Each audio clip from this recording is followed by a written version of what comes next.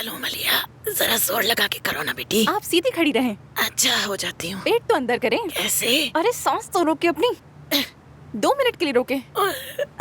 बस थोड़ा सा रह गया है और पेट दबाएं। मर जाऊंगी मैं मलिया, इस पे कुछ लगा क्यों नहीं लेती?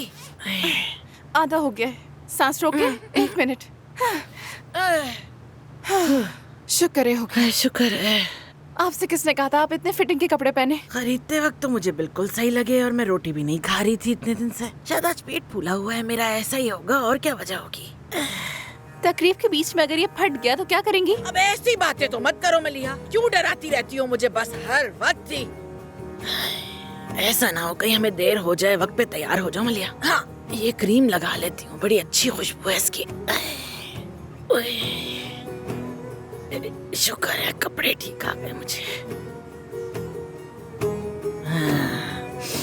बड़ी अच्छी खुशबू है वैसे इस क्रीम की मलिया।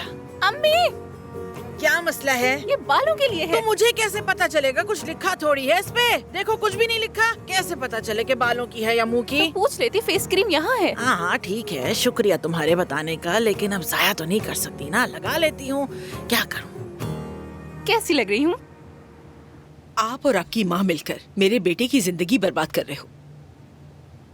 मुझे उस औरत हुरिया से नफरत है, शदीद नफरत। उसे रिश्तेदार कहते हुए शर्म आती है। नवीन जान, तुम जानती हो तुम गुस्से में और भी ज्यादा खूबसूरत लगती हो।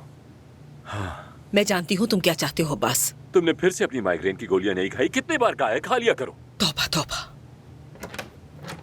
अब क्या हुआ? खैरियत हो इंशाल्लाह। हेलो भाई, जानान साहिबा शहर की तरफ आई हैं। वाकई? इस वक्त अपनी एक दोस्त के साथ कॉफी शॉप पर है।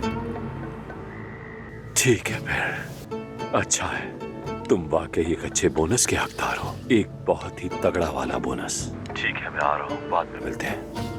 नवीन जान, मुझे जरा जाना होगा। कहाँ?